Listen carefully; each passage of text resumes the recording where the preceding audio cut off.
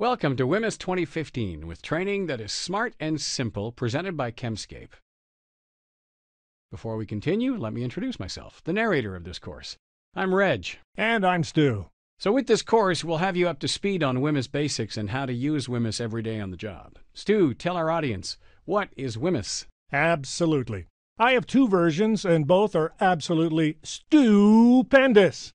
You ready? WHMIS. First, what the heck makes I sick? Second, what the heck makes I safe? Excuse me? Stu, these are official programs, and these are their official titles. These letters stand for something. WHMIS stands for the Workplace Hazardous Materials Information System. So here's how the course will work. Stu and I will present the content, and then there'll be a few knowledge checks and quizzes for you to take along the way. Once you pass the final test, you'll get a certificate and a wallet-sized card. For this course to help you the most, focus on more than just getting the card. Make this training personal. If you're wondering why it's important to make the training personal, then you need to read the story of Steve Garn, a welder. Click the button Steve Garn's Story to read what happened to Steve. Use the arrows to navigate through his account. How many times have you picked up a can of cleaners or sprays and seen those warning labels that you quickly gloss over at best, never thinking about the serious consequences of using something you can buy at a local hardware store? I thought, I'm buying this product over the counter. How harmful can it possibly be? So this is how my story starts.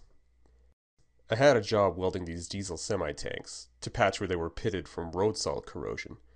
Normally, I spray a little carb cleaner, wipe it off, light the gas station close to the shop was out of carb cleaner, so I picked up a can of brake cleaner instead and went back to work. I even had the shop door open and the exhaust fan on.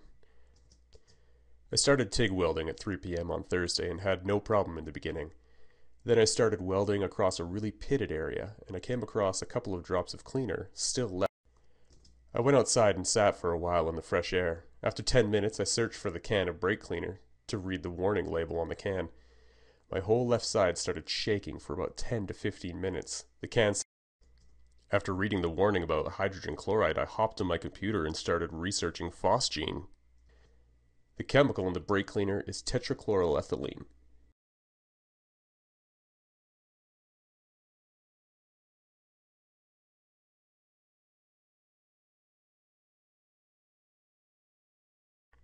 Around midnight, I started coughing. My chest started hurting, but I thought this would just pass after a night's sleep.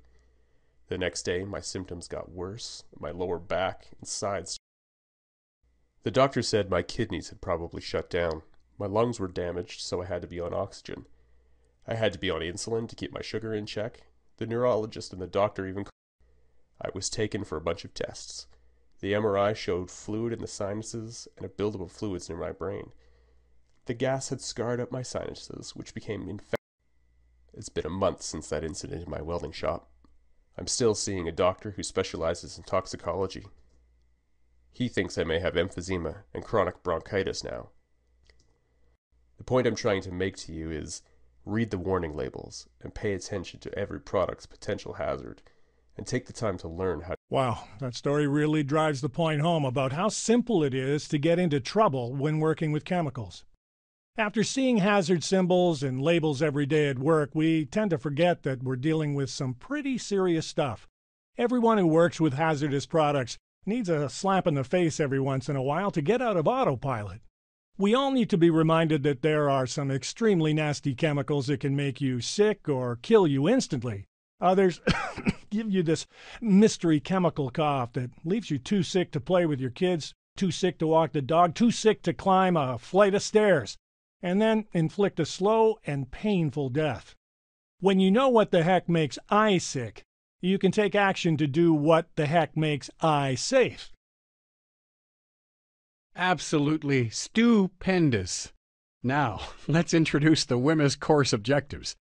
By the end of this course, you'll be able to identify the WHMIS responsibilities of manufacturers, suppliers, employers, and workers. Recognize the WHMIS pictograms and the types of hazard each represents. Locate and interpret the information found on workplace labels and safety data sheets to work with hazardous products in a safe manner. This means you'll be able to answer the 5 fundamental questions needed to work safely with a product, including: what is this product? What are the hazards?